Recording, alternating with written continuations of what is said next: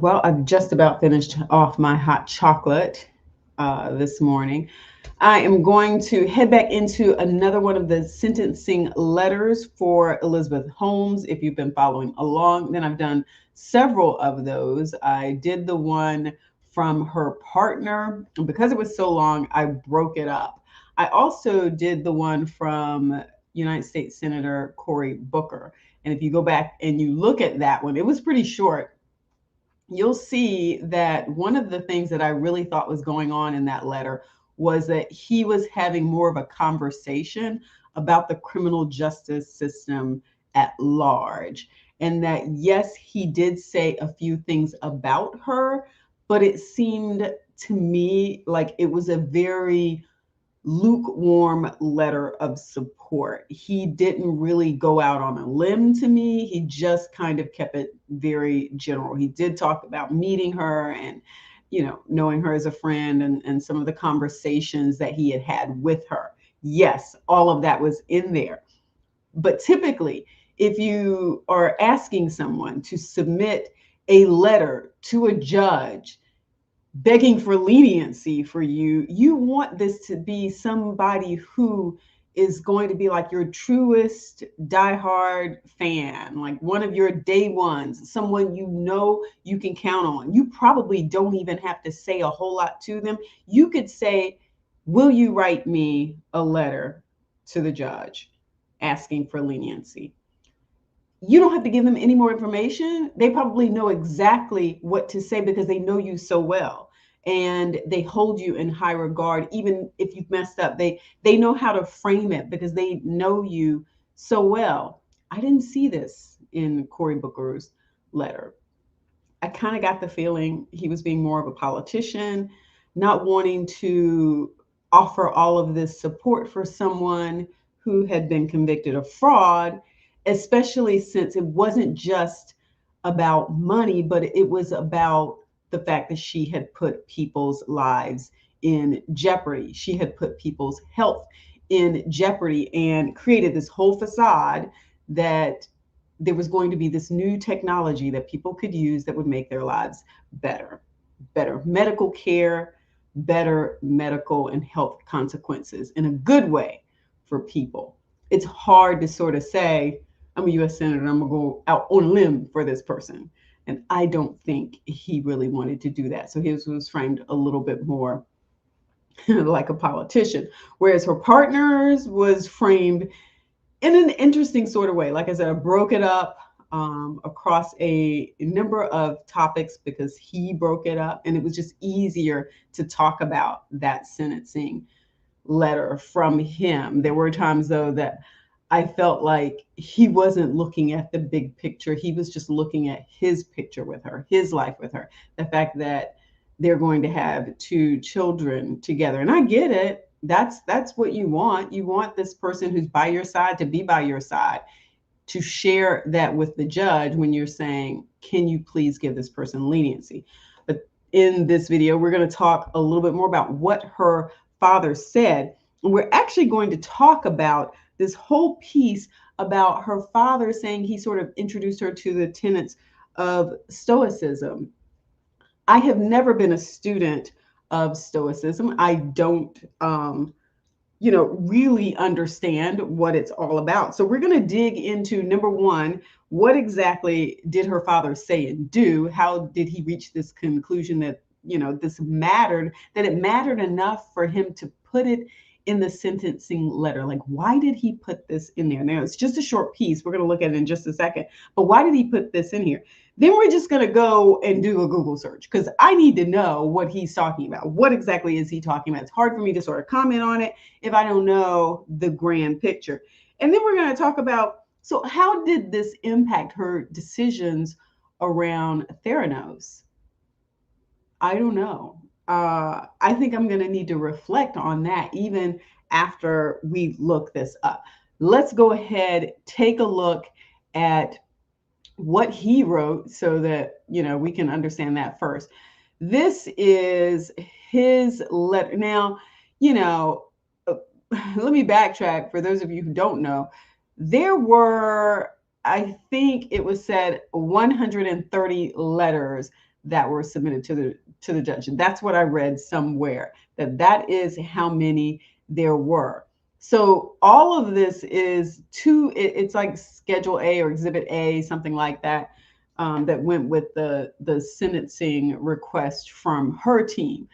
282 pages. Just think if you're the judge, you think you're going to need some time to review the law, to review, everything that sort of happened, all the information. And now you've got to go through an additional 282 pages that are just letters, in addition to the rest of the memo that her team put together. Then you've got to do this very same thing on the prosecution side. So it does take a long time for a judge to sort of go through all of this and figure out, okay, so what do I think should be the fair and just sentence after taking all of this into account?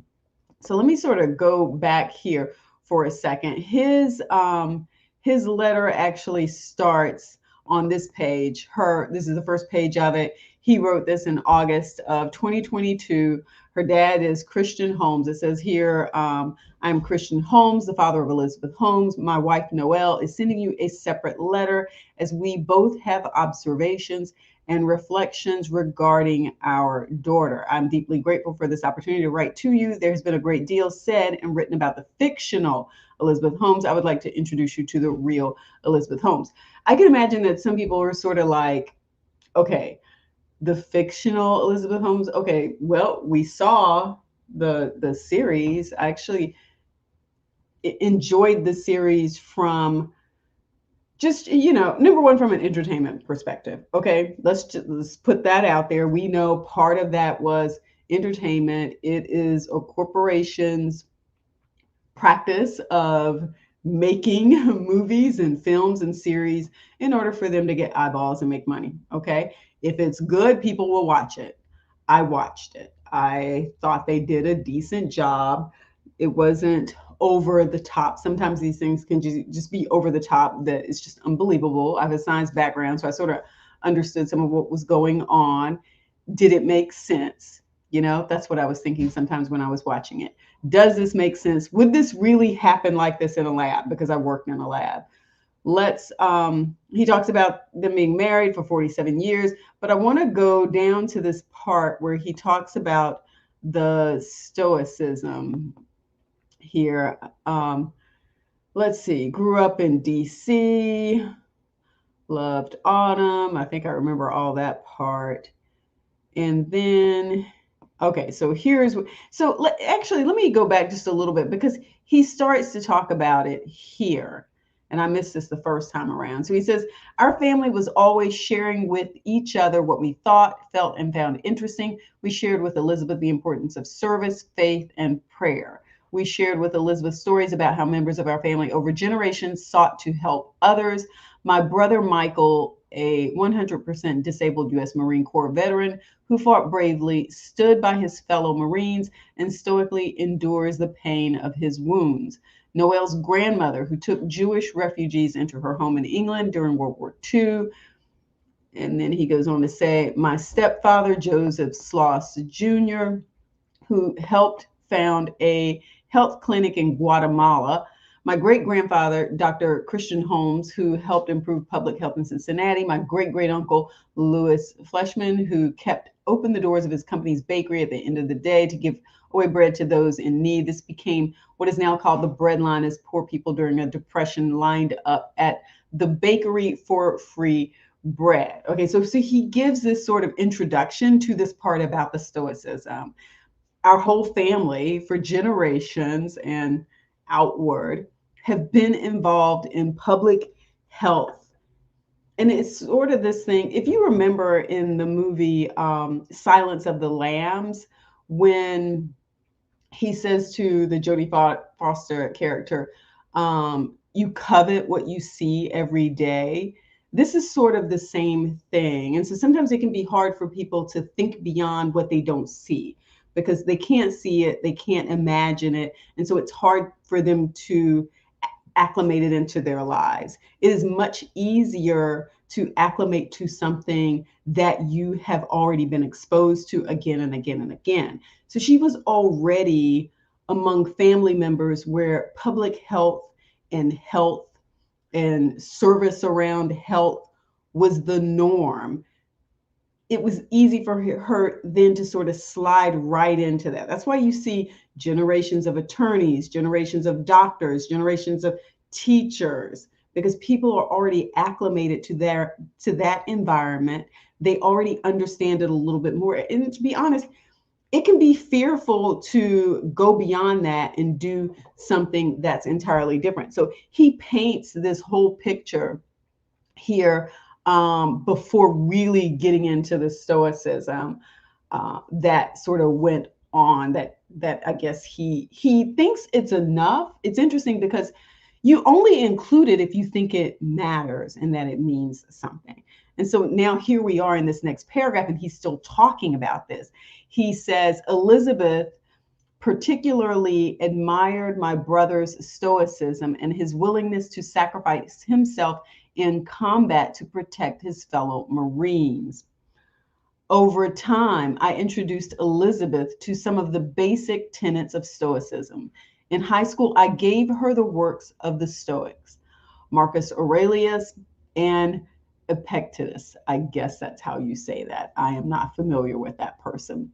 Since she was 18, she has carried with her what was once my volume of Marcus Aurelius's Meditations. And that's sort of where I want to stop, because I want to, as a matter of fact, I want to talk a little bit more about, first of all, what is Stoicism and why is he thinking this is part of what was so much of her life that he needed to put it in here. I want a better understanding of why this matters. And it's helpful if let's see if I can do some Google research here, and if we can find out what is Stoicism. And you guys may know a whole lot more about it than I do. It's not something that I had been exposed to in my life. As a matter of fact, anytime somebody says Marcus Aurelius to me, I immediately think of the movie, and that's just what comes to mind for me. So yeah, I'm that person. I mean, you saw me just go back to the movie Silence of the Lambs. So that's sort of what I'm thinking of.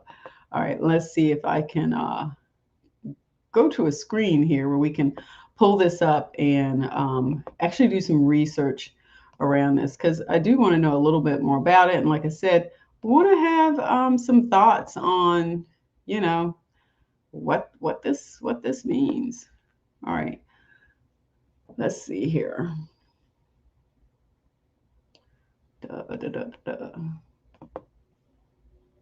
All right, I'm going to pull it up on Google, and we're just going to say, what is, and look at all this other stuff that pops up here. What is Stoicism? All right, so we've got some stuff here. And look, I always like to go over here and see the trend data to see, okay, this is for 3 months, but let's go back to 12 months just to sort of see, has this been popular? Is this on the uptrend? Is this on the downtrend? I don't know. Well, it's taken a while to sort of pull that up. And that's on a global basis. All right, so let's look here to see what we're talking about. Oh, okay. And I'm watching text messages pop up. Okay, Stoicism, the endurance of pain or hardship without the display of feelings and without complaint. Oh, okay, so basically a person who's cold-hearted. That's what some people would say. But no, just being able to sort of hold it together even though you're enduring.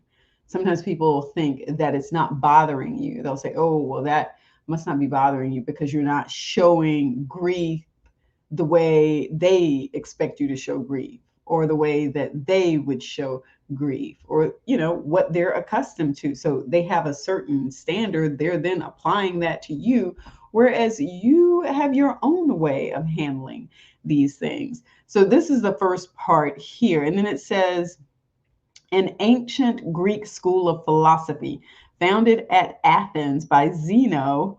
Okay, the school taught that virtue, the highest good, is based on knowledge. The wise live in harmony with the divine reason. Okay, that kind of philosophy is way beyond me. Let's see if we can find some other things that look. This even talks about the four main ideas of Stoicism: wisdom, courage, justice, and temperance. So this gets beyond just this feeling of endurance. Although, if you ask me, it did sound like that was what her father was talking about, because the temperance part of it, the endurance. Let's see what else. Okay, let's go back up here to this one that says, what are the beliefs? Stoicism can be epitomized by three essential beliefs.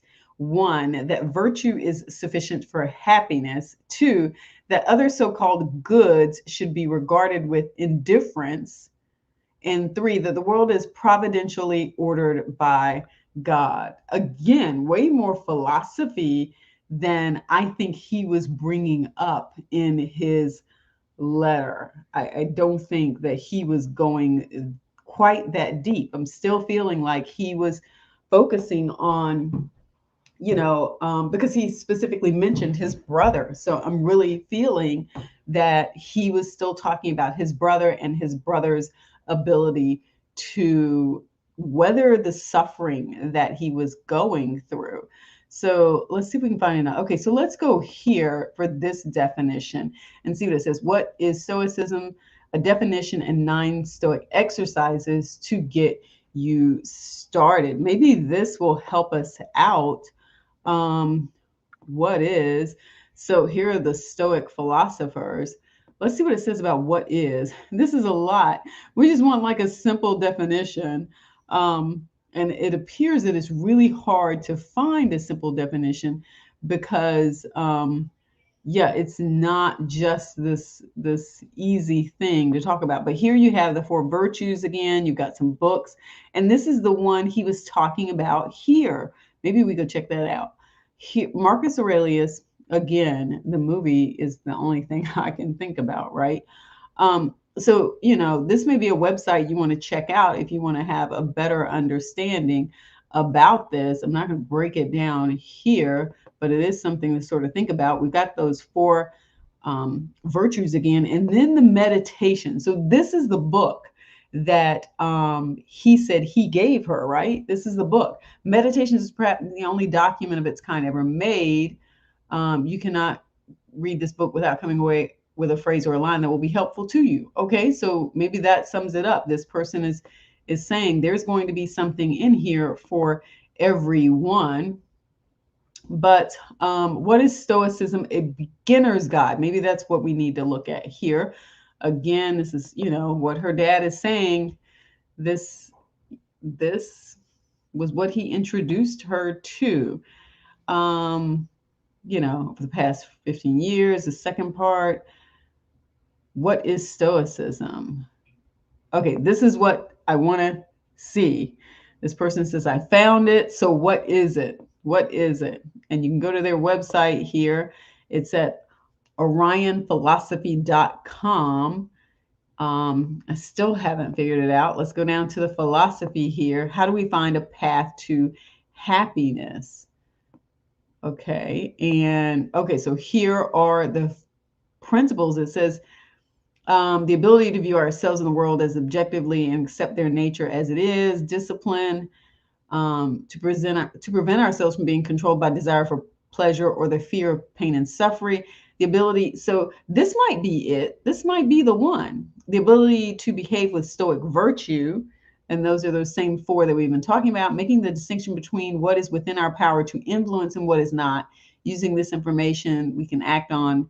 Yeah. So, okay. So what about this part here? The discipline to prevent ourselves from being controlled by the desire for pleasure or the fear of pain and suffering. I don't know. There is a lot here. I still haven't figured all of this out. But in any case, this is what her father is saying, he introduced to her. There's a lot here. You can just keep scrolling and scrolling and scrolling to try to find more information on this. What is Stoicism? What did the Greek Stoics teach? Got questions. I mean, there are tons of websites here that tell you more about it.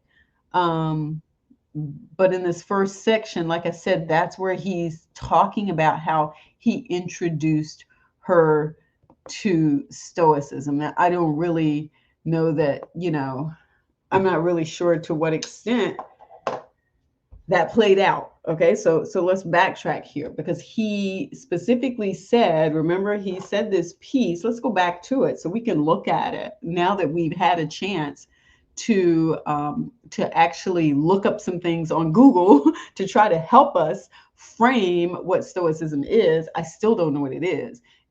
I know that there are these four virtues. I know that Marcus Aurelius wrote something called Meditations, which I'm now going to have to go back and look at even harder to see what this means. How did this impact her and her decision-making around Theranos and what she was doing? But let's go back for a second and look back at what he wrote, if I can find it and pull it back up. Let's see.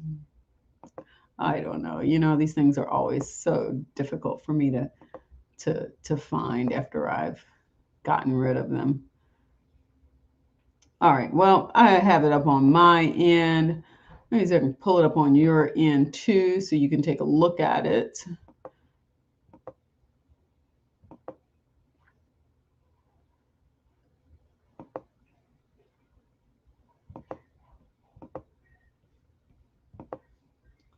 Let's see. Okay. Here's where he says this again. He says, and let's go back to the other page where because he talks about a little bit of it there. This part about, and stoically endures the pain of his wounds. So how many of you, first of all, in the comments, let me know if you understand Stoicism, if it is something that you practice, that you have studied. Let me know your thoughts around that.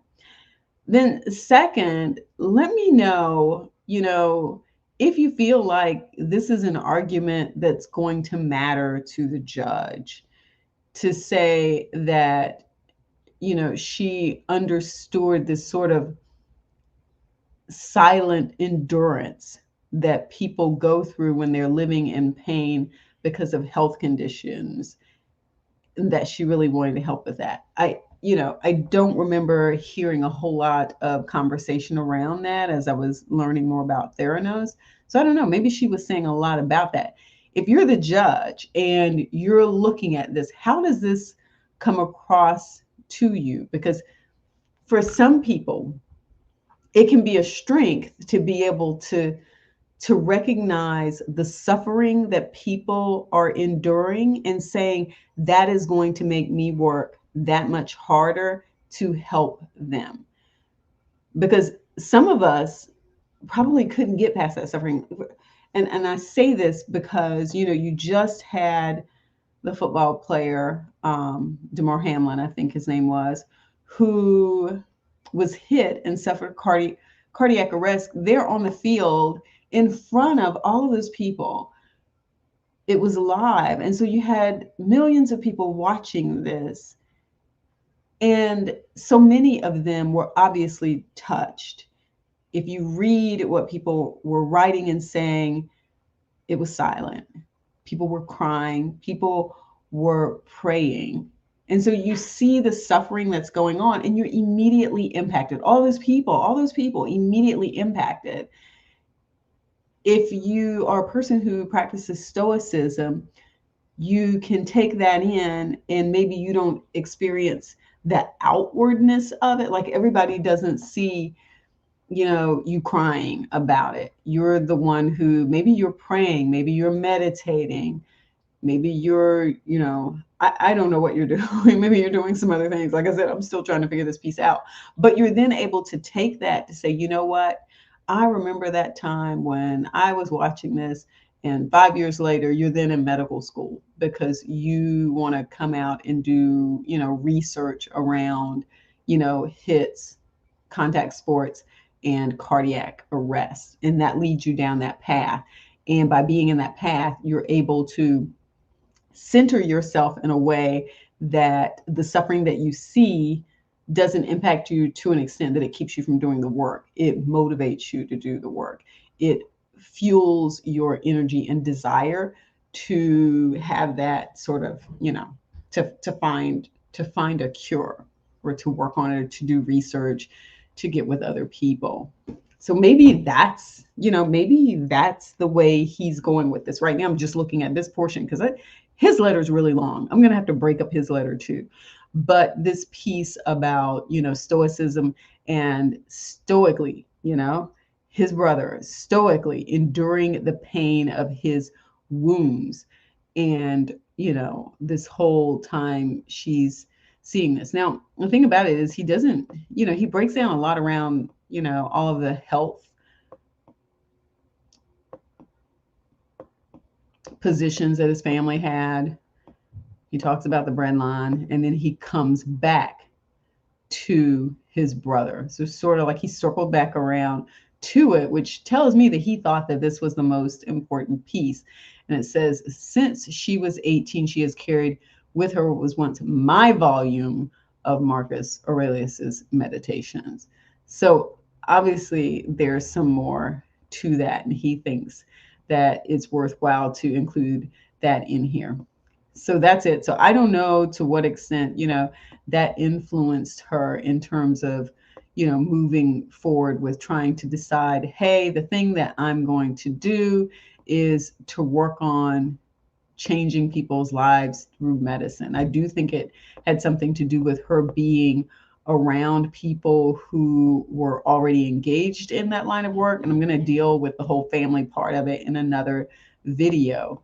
But it's the same thing. Even when I look at FTX and Sam Bankman-Fried, and you can see how long her dad's letter is, and then mom's letter is, a whole separate letter. But yeah, it's pretty long. So I think about it too with Sam Bankman-Fried, because if you look at his family, you're talking about people who knew some things about securities, about that. And so it makes sense that it's easy for him to fit right in with that and to start a crypto firm, because he actually has relationships with people who understand that world too, and who can advise him if necessary.